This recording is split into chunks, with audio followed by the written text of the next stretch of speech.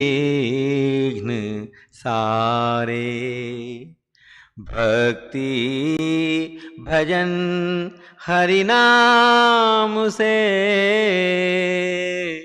ध्यान धर करगा भजन। करु प्रार्थना गुरुदेव से,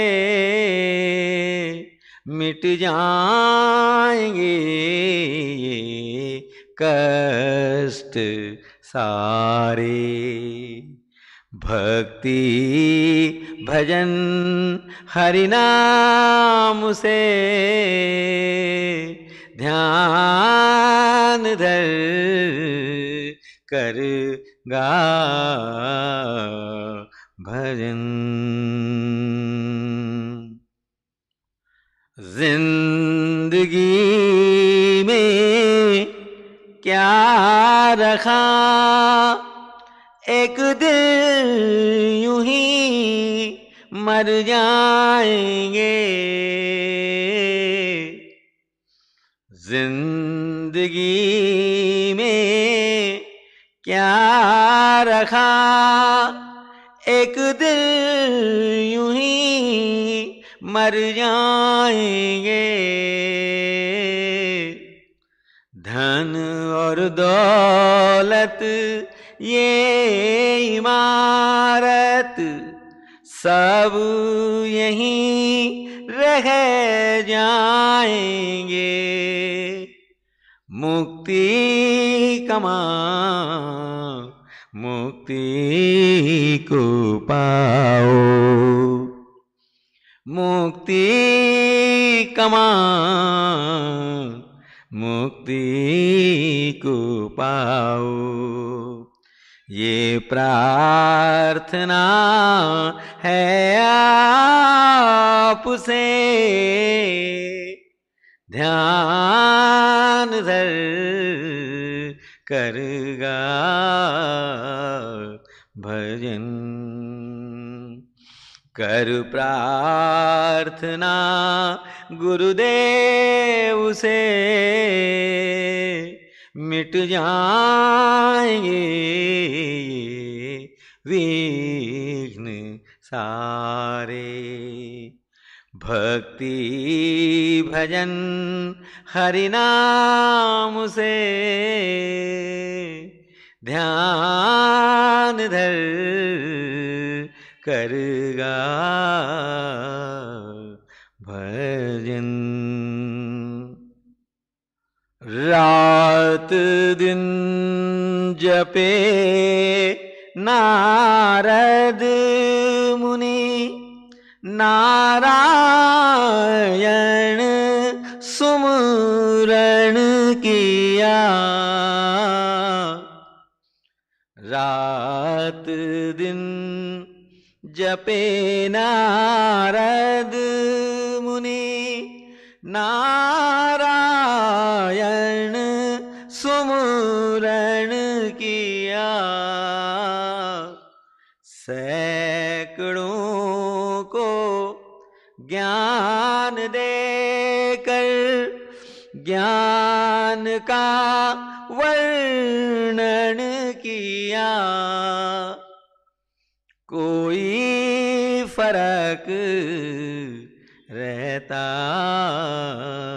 नहीं, कोई फर्क रहता नहीं। भक्त और भगवान में ध्यान धर करगा भजन।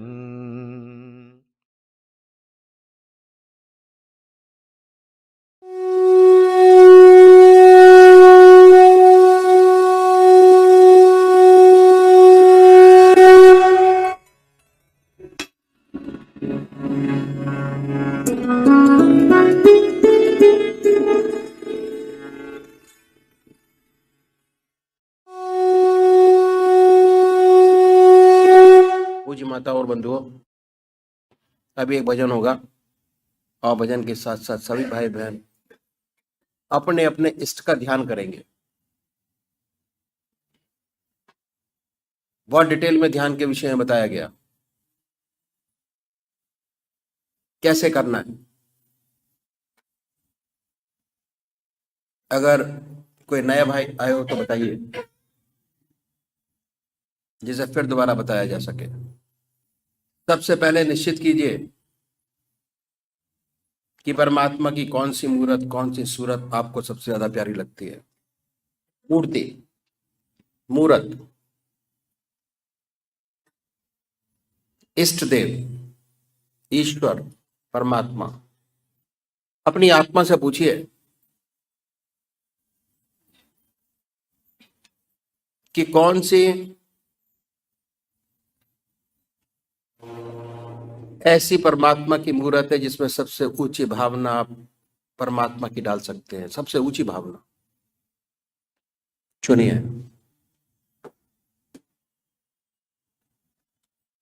बड़े प्यार से। और अगर डिसाइड नहीं होता कि राम को माने या कृष्ण को माने, शिव को माने, हनुमान जी को माने, बहुत कंफ्यूजन है, किसी एक को पकड़ लीजिए और ध्यान कीजिए उनका। कुछ समय बाद आपको यह स्पष्ट हो जाएगा कि आप राम को मानेंगे या कृष्ण को मानेंगे, शिव को मानेंगे, हनुमान जी को मानेंगे। वो आकृति आपके सामने आ जाएगी कि भाई तू मेरा है।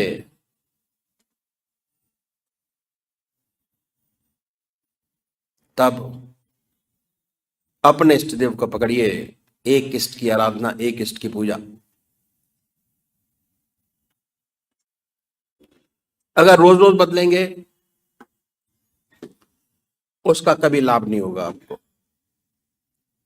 चित्त की एकाग्रता प्राप्त नहीं होगी, कंसंट्रेशन ऑफ माइंड प्राप्त नहीं होगा। आप अपने इष्ट की गहराइयों तक नहीं पहुंच पाएंगे। आपको चिरयुक्त शांति, परमानंद की प्राप्ति नहीं हो पाएगी। अगर आपको परमानंद की प्राप्ति की खोज करनी है तो आपको ध्यान के प्रोसेस में जाना पड़ेगा।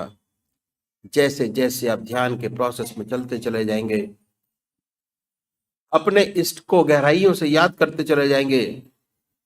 जितना समय आप अपने इष्ट की गहराइयों में देंगे, जितने समय आप उनको याद करेंगे, उतना ही कंसंट्रेशन, गहराइयां आपके इष्ट देव की आपके अंदर बनती चली जाएगी। और जैसे ही याद करेंगे, फौरन बड़े आराम से याद आएगी। बगैर याद किए याद आएगी। सोते जागते, खाते पीते, हर समय उनकी याद होगी। ऐसी आदत बन जाएगी कि जब भी आप खाली हुए, ऑटोमेटिक परमात्मा की याद ऑटोमेटिक शुरू हो जाएगा। काम में बस छूटा, ऑटोमेटिक परमात्मा की याद। काम से छूटा, ऑटोमेटिक परमात्मा की याद। जैसे जैसे आप अपने इष्ट देव की गहराइयों में बढ़ते चले जाएंगे, दिल की हर धड़कन से अपने इष्ट का नाम बड़े प्यार से अपने इष्ट को याद कीजिए और अपने सामने अपने इष्ट देव की मूर्त बनाइए। बड़े आनंदमय स्थिति बनाइए। दूसरे वो भाई हैं जो निराकार रूप के पुजारी हैं। निराकार, ओम अल्लाह वाहिगुरु। बड़े आराम से बैठिए, आनंदमय अवस्था बनाइए। ये सोचिए कि मैं अपने इष्ट के चरणों में विश्राम चाहता हूं। विश्राम के मायने ध्यान है। जब विश्राम करेंगे तो मन के ऊपर कोई बोझ आपके ऊपर नहीं होगा। बड़े आराम से बैठे होंगे, आनंदमयी अवस्था में बैठेंगे और उसके बाद ये महसूस कीजिए कि हमारे दिल की धड़कन से हमारे इष्ट का नाम निकल रहा है। ओम ओम ओम कर रहा है हृदय। आवाज दिल से निकल रही है, जिह्वा से नहीं निकल रही। आप पूरे शरीर में उसके आनंद से आनंदित हुई है। Relax your body, full body, Om के नाम से। तो अभी एक भोजन होगा और भोजन के साथ साथ सभी भाई बहन अपने अपने इष्ट का ध्यान करेंगे। हर दिल में समाए रहते हो सरकार, तुम्हारा क्या कहना। हम भी हैं तेरे दीवानों में, दिलदार तुम्हारा क्या कहना। दिलदार तुम्हारा क्या कहना। हर दिल में समाए रहते हो, गर्दिश में ज़माने की खोकर। कई बार तुम्हें हम भूल गए, कई बार तुम्हें हम भूल गए, पर तूने भुलाया ना हमको, पर तुमने भुलाया ना हमको। ये प्यार तुम्हारा क्या कहना। ये प्यार तुम्हारा क्या कहना। हर दिल में समाए रहते हो, इस दुनिया के बाजार में हम ठोकर पर ठोकर खाते रहे, ठोकर रहते हो सरकार, तुम्हारा क्या कहना। हम भी हैं तेरे दीवानों में, दिलदार तुम्हारा क्या कहना। दिलदार तुम्हारा क्या कहना। हर दिल में समाए रहते हो, गर्दिश में ज़माने की खोकर। कई बार तुम्हें हम भूल गए, कई बार तुम्हें हम भूल गए, पर तूने भुलाया ना हमको, पर तुमने भुलाया ना हमको। ये प्यार तुम्हारा क्या कहना। ये प्यार तुम्हारा क्या कहना,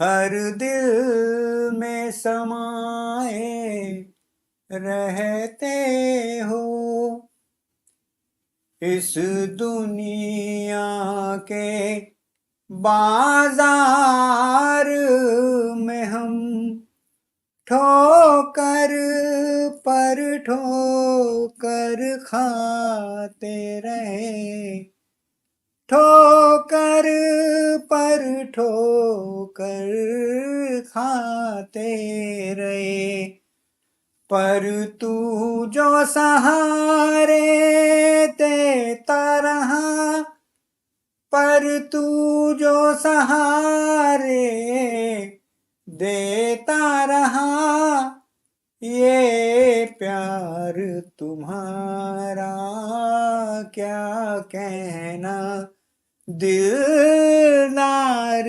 तुम्हारा क्या कहना, हर दिल में समाए रहते हो, चेहरे पे बरसते नूर का मैं लफ्जों में बयां कुछ कर न सकूं, लफ्जों में बयां कुछ कर न सकूं, तेरे रहम की क्या तारीफ करूं, तेरे रहम की क्या तारीफ करूं, दीदार तुम्हारा क्या कहना, दीदार तुम्हारा क्या कहना, हर दिल में समाए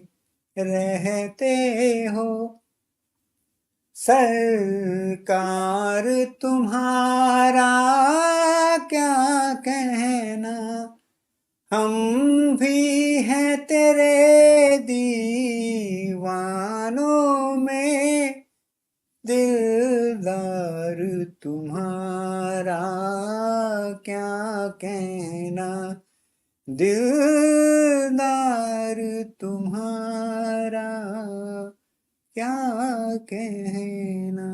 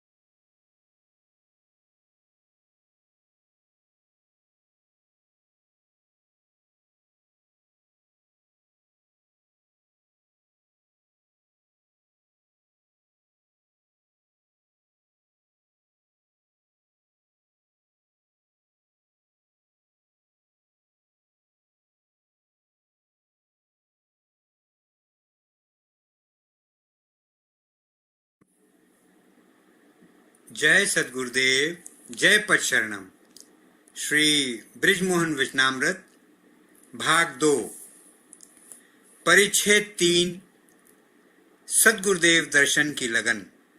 स्थान T34 अतुल ग्रोव रोड, नई दिल्ली, सन 1948। बिन पद चले सुने बिन काना, कर बिन करम करे विधि नाना। आनन रहित सकल रस भोगी, बिन बानी बकता बड़ जोगी। परम पूजनीय सद्गुरुदेव जी का परम पावन तथा परम कल्याणमय पत्र पाकर हृदय को बड़ी सांत्वना मिली। ये पढ़कर कि आपकी पूर्ण कृपा दृष्टि इस पतित की ओर है, बड़ा ही प्रोत्साहन मिला। ये शब्द कभी कभी बुलंदशहर और कभी कभी समय निकाल कर यहाँ सत्संग के लिए आ जाया करो, इससे बहुत लाभ होता है। दासानुदास के हृदय में कुरेद पैदा करने लगे। पत्र आने से लगभग आधा घंटा पहले ही प्रिय सतपाल जी, जो पीलीभीत से आए हुए थे, मुरादाबाद के लिए गए थे। उधर धर्मपत्नी को रात्रि से बुखार हो गया था। तापांश यानी टेम्परेचर लगभग 102 डिग्री था। अब क्या करें? धर्मपत्नी से कैसे कहें कि इसका मन फतेहपुर श्री सद्गुरुदेव जी के चरणों में जाने के लिए तड़प रहा है। क्या ही अच्छा होता अगर ये पत्र श्री सत्यपाल जी के सामने आ जाता, तो उन्हें दिल्ली रोक लेता और स्वयं फतेहपुर चला जाता। कभी कभी समय निकाल कर यहाँ सत्संग के लिए आ जाया करो, इससे बहुत लाभ होता है। क्या ये सद्गुरुदेव जी की आज्ञा दास को बुलाने की नहीं है तो और क्या है? मैं तो जरूर जाऊंगा। क्या धर्मपत्नी को भी इसी रात्रि से बुखार आने को था? क्या इस पत्र को भी सत्यपाल जी के जाने के आधा घंटा बाद ही मिलना था? यह सब दास की परीक्षा नहीं तो क्या है? जब फतेहपुर जाने का निर्णय दास ने पूर्ण रूप से कर लिया, तो फिर धर्मपत्नी से कहा, गुरु महाराज जी का पत्र मिला है, उन्होंने दास को बुलाया है। मेरा विचार आज ही सायंकाल की गाड़ी से फतेहपुर जाने का है। धर्मपत्नी ने कहा, ऐसे पत्र तो आया ही करते हैं, उचित अवसर देखकर ही जाया जाता है। क्या आप मुझे ऐसे बुखार की हालत में छोड़ जाएंगे? ये दोनों बच्चे दिनेश और रमेश वैसे ही तंग करेंगे, इनके खाने पीने का इंतजाम कौन करेगा? दास ने उत्तर दिया, मुझे पूर्ण विश्वास है कि आपका बुखार मेरे जाते ही बिल्कुल ठीक हो जाएगा। मैं 4 दिन में वापस आ जाऊंगा और तुम्हारे लिए दवा और बच्चों के लिए डबल रोटी, फल इत्यादि अच्छी मात्रा में छोड़ जाऊंगा, ताकि आपको खाने के लिए कुछ बनाना न पड़े। धर्मपत्नी ने नाराज हो कहा, ये कौन सी भली बात है कि आप हमें ऐसी हालत में छोड़कर चले जाएंगे? मेरी तबीयत तो वैसे ही बहुत खराब है। ये बच्चे अकेले और मुझे तंग करेंगे। अगर आपको जाना ही है तो फिर कभी चले जाना। दास ने कहा, मेरा दिल तो आज ही जाने को है, और अगर नहीं गया तो मेरे दिल को बहुत दुख होगा, और न मालूम ये दुख कब तक बना रहे। धर्मपत्नी ने कहा, और आपके चले जाने से हमें क्या सुख होगा? इसमें आपके दिल को दुख होने की कोई बात तो है नहीं। आपके गुरु महाराज ने ये तो लिखा नहीं है कि खत देखते ही चले आओ। मैं आपसे जाने के लिए मना करती नहीं। ऐसी हालत में स्वयं ही नहीं जाना चाहिए। दास ने कहा, परम पूजनीय गुरुदेव जी ने बुलाया तो है ही, वो ये तो कभी भी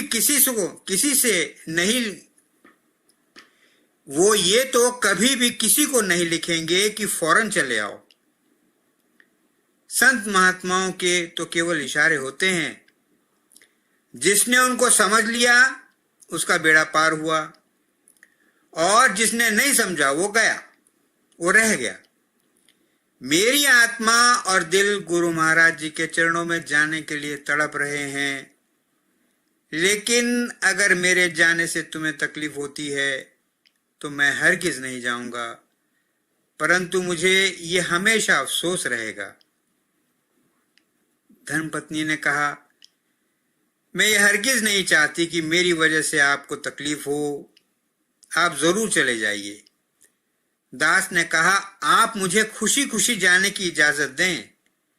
मैं फिर कहता हूं कि मुझे पूर्ण विश्वास है कि आपका बुखार मेरे रवाना होने के बाद ही फौरन ठीक हो जाएगा। धर्मपत्नी ने कहा, आप चले जाइए, सब ईश्वर मालिक है। इसके पश्चात दास दफ्तर गया और वहां जाकर पहला काम 4 दिन की कैजुअल लीव, आकस्मिक अवकाश का इंतजाम किया। दफ्तर में दास का दिल सदगुरुदेव की याद में डूबा रहा, और दफ्तर के काम के बीच बीच बार बार ये ध्यान आता रहा कि कब 5 बजे और छुट्टी हो तो दास फतेहपुर जाने की तैयारी करे। छुट्टी होते ही दास घर गया, रास्ते के लिए कपड़े तथा एक छोटा सा बिस्तर तैयार किया। इसके बाद बाजार गया, वहीं से फल बिस्कुट इत्यादि का अच्छा प्रबंध कर वापस आया और फिर धर्मपत्नी से फतेहपुर जाने के लिए विदा ली।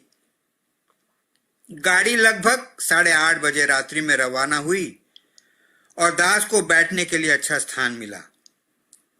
गाड़ी में रात्रि भर नींद नहीं आई, बल्कि इसका दिल परम पूजनीय सदगुरुदेव जी के चरणों में एकटक लगा रहा। प्रातःकाल 6 बजे फतेहपुर स्टेशन पर गाड़ी पहुंच गई। दास उतरा और फतेहपुर शहर के लिए एक तांगे में बैठ गया।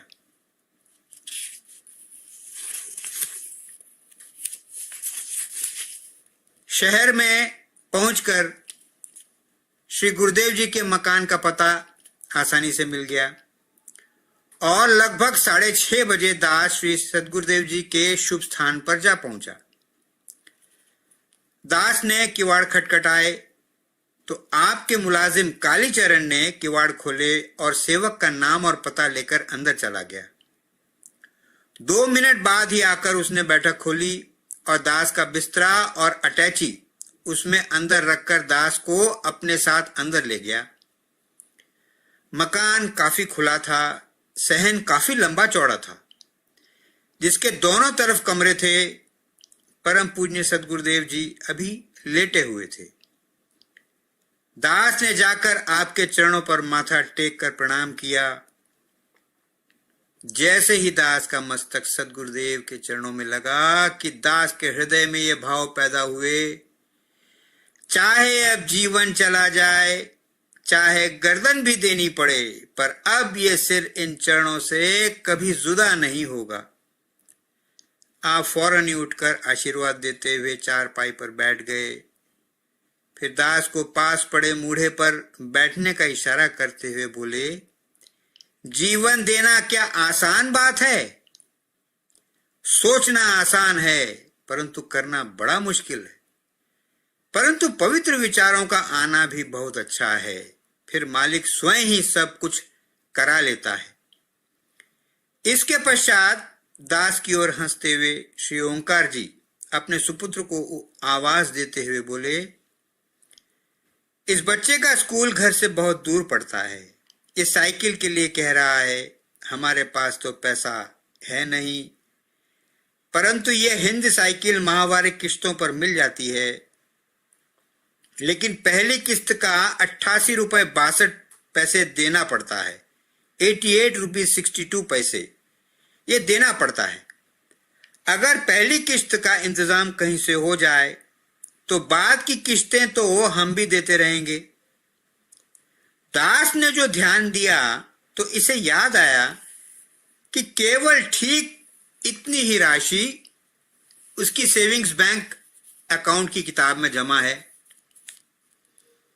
बड़ी अजीब बात है कि इतने रुपए की ही किस्त भी देनी पड़ेगी। दास ने सोचा कुछ भी कहना तो खराब है, परंतु घर जाकर इस रुपये को सद्गुरुदेव के चरणों में भेजने का निश्चय कर लिया। इसके पश्चात आपने घर की कुशलता का हाल पूछा। दास ने कहा, सब प्रकार कुशल है, परमात्मा की कृपा है। इस पर आपने फरमाया, क्या कहा? सर्व प्रकार कुशल है। हमें तो कल रात्रि में लगभग 8:30 बजे जब तुम गाड़ी में चढ़े होगे, बैठक में सत्संग कराते कराते तेज बुखार हो गया और सत्संग के बीच में उठकर अंदर आना पड़ा। अब इस समय तबीयत ठीक है।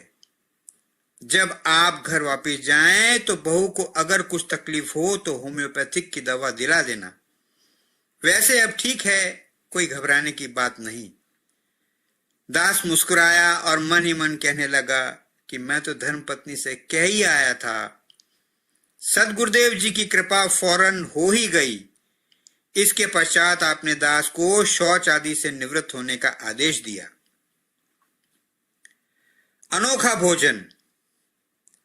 तन बिन परस नयन बिन देखा, ग्रहे ध्यान बिन बासु असेखा, अस सब भांति अलौकिक करनी, महिमा जासु जाई नहीं बरनी।